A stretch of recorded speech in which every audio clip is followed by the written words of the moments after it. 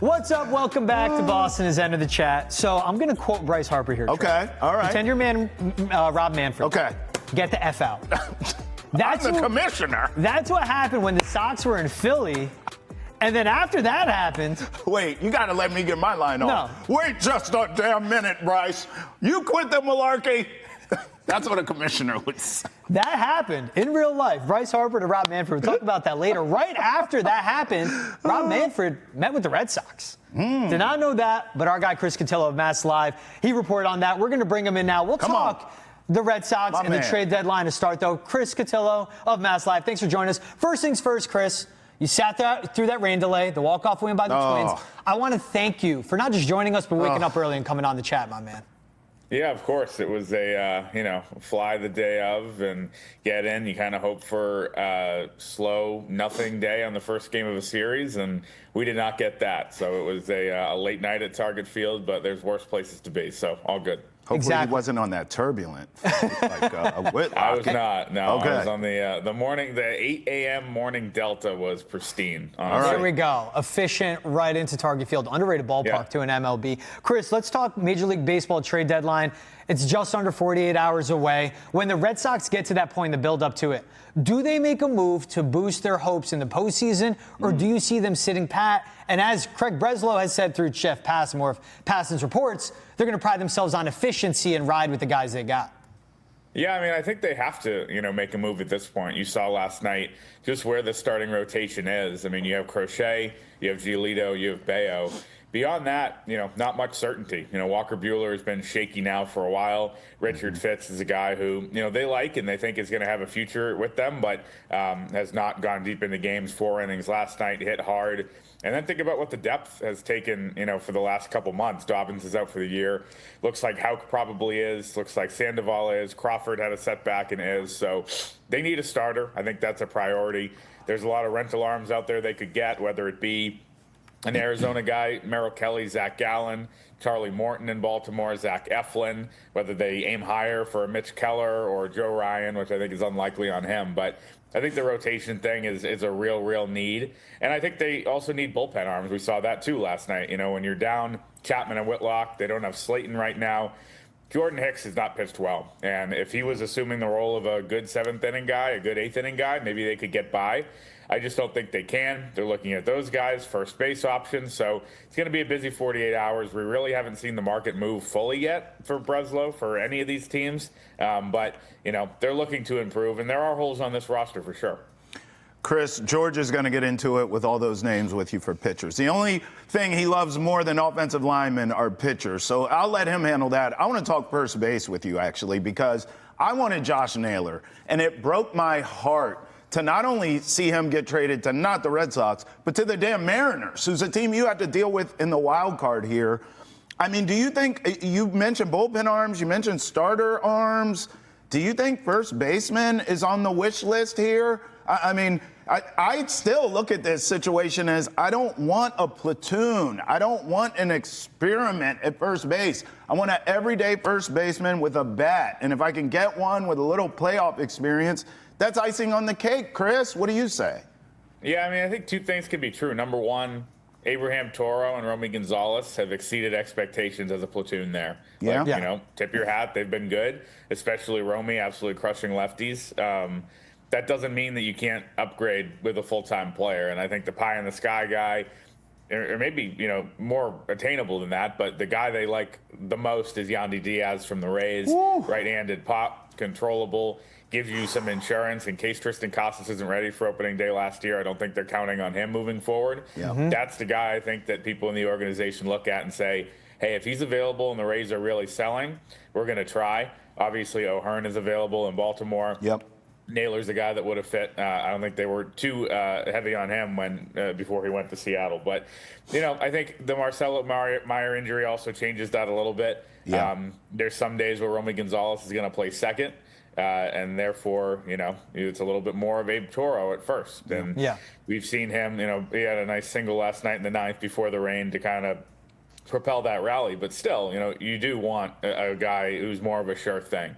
Dom Smith was a nice story last summer, but at the end of the day, guys like that are not, on a championship roster. It's just the reality of it. So right. I think they do look at that position. I think, to answer the question more broadly, first base is probably lower on the list than starters and relievers, just because the hole isn't as glaring. I feel like if the prices are prohibitive and they walk out of this deadline with Toro and Gonzalez there, they're not going to love it, but they'll be okay. With the rotation, as I'm sure we'll get into, it's a no pun intended, but it's a non-starter to not walk out with one of these guys. Right. Yeah, and I love it. The article you put out this morning, I was reading as well. You said the Red Sox are aiming higher and looking to acquire rotation help for the stretch run. You dropped some names before, but what you put in the article: Joe Ryan, Sandy Alcantara, Mitch Keller, Zach Gallen, Dylan Cease, Shane Bieber. Some of those guys would drop in and be an elite starter. Some guys could be somewhat of a reclamation project. When you say aim higher, what are they aiming for from what you're hearing? But also, what would the price be to acquire some of these starters, Chris? Yeah, obviously control is going to be expensive. When you think about what Joe Ryan would cost, I'm sure the Twins are right now drawing the line at Roman Anthony plus. That's just not going to happen. So those conversations are not even worth having, really, if you're the Red Sox. So, always this time of year, I think teams who have those controllable guys look at it and say, if you blow us away before 6 o'clock on Thursday, maybe we'll do something. Otherwise, we can hold this guy to the offseason and hold a prolonged bidding war where everybody's a contender theoretically, except still the Rockies. They'll be, somehow out of it in the offseason too. But mostly these teams are all going to be, trying to contend, trying to build their rosters. Any team can use a starting pitcher who's under control for 2 or 3 years. Yep. There's just not that urgency in the next couple of days unless you blow a team away. I think last year it's come out that the Red Sox asked on Crochet and were told Anthony and Meyer and plus, and if you want to do that, you get them for the stretch run. They didn't. And by the time the offseason rolled around, the price was Teal and Montgomery and Mydroth and Gonzalez, the package that got it done. So if a team gets stupid for some of these guys, great, then those guys will move. Otherwise, the rentals are going to. I like, to me, guys who have been tested in the postseason, guys who you've seen, do it before. Charlie Morton is old, but he's a guy that's done it, and he's been better the last couple months. Gallen and Kelly, Arizona was in the World Series a couple years ago.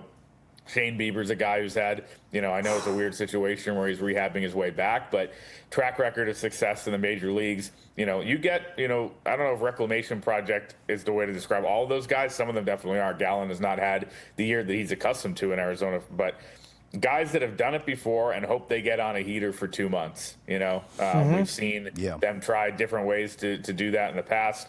Last year it was Paxton. There's people talk about that move not working. Like Paxton was a similar kind of addition as Nate Eovaldi was in 2018, probably one level below. But sometimes those are going to work out great. Sometimes they aren't.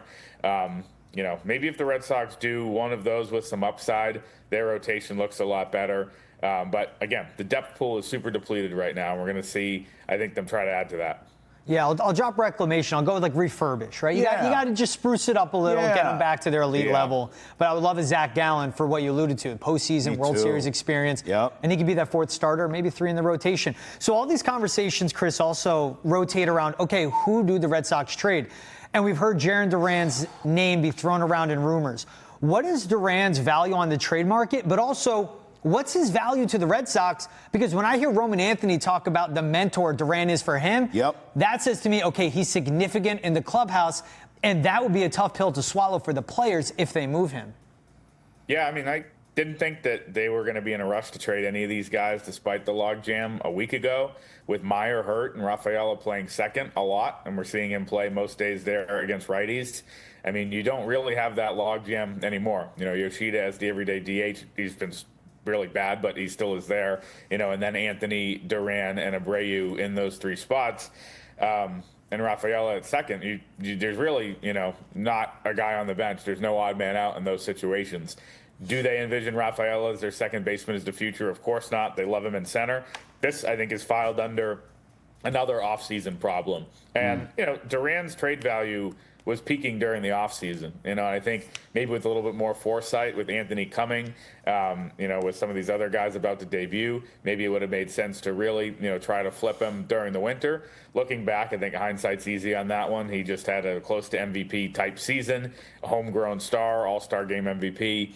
It probably would have been a tough sell. And if you move him, you're moving, your two best position players from a year ago. Devers is gone, and now Duran. Very different circumstances, obviously. So I doubt, especially now with Meyer out and Rafaela playing second, he's moved by Thursday. It's another situation where, if it's a perfect world and, if they could flip him for Joe Ryan 1-for-1, then maybe they do it. That's not possible, and it's not something Minnesota's going to do. Another situation, they, like I was talking about, those teams with controllable starters can kick the can down the road and figure this out in December. If this team has all these good position players for the last 2 months, Alex Cora can figure it out. It's a good problem to have for when something like the Meyer injury happens and Rafaela's versatility can kick in. And I just think, they're going to have to make a tough decision in the offseason, right? I mean, I assume Anthony's completely untouchable, but clearing a spot by trading either Duran or, they could trade Abreu, they could trade Rafaela, who has the extension. They're going to have to see how they do that. And again, those things are easier figured out, when you're not on a clock, when you have, the whole off season, sometimes some drinks in the suite at the winter meetings flowing and everybody gets a little easier to deal with. These 2 days are too stressful for those types of things, in my opinion. And that's why you see, the rentals go, but these big picture things kind of wait until December. Okay, let's stay here for a second, my friend. Who's getting traded? Because, all year we've talked Duran is that piece. Now we're hearing, well, not so much. We saw the Cease story come out. I don't know. Look, you're in the trenches. George and I, we're just loudmouths every morning. You're on the ground level of a lot of these things. Even if you can go back and tell us about the Cease deal, if there's any truth to that for Duran and Cease, and the Sox turn it down. But we're hearing as we get closer to the deadline now that Duran's not going anywhere.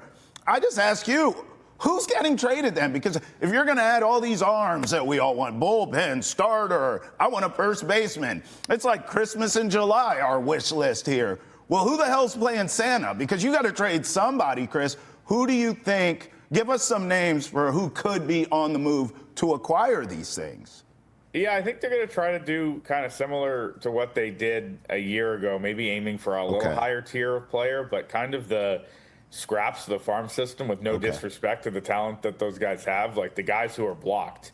I would try his name, Justinson, I think, but we can call him the password Garcia, who has lit it up in AAA. He's blocked. I mean, talk about an outfielder without a home. And he's a guy that's going to be valuable for other teams.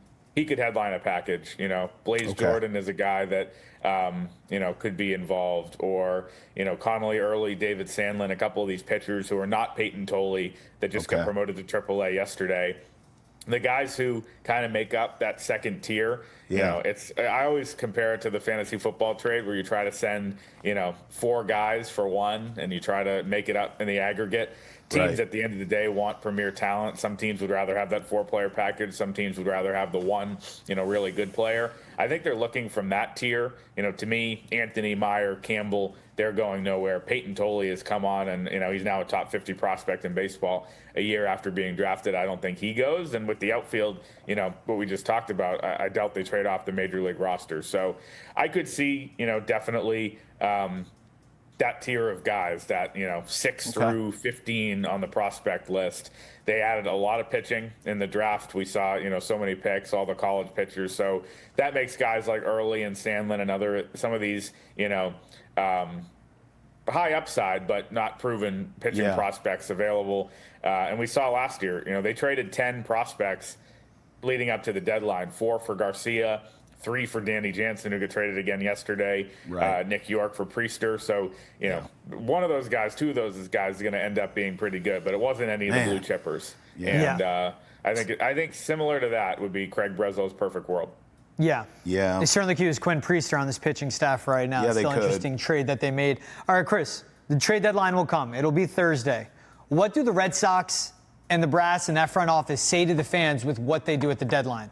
What will be the message they send if they make moves at the deadline? Yeah, I mean, I think it's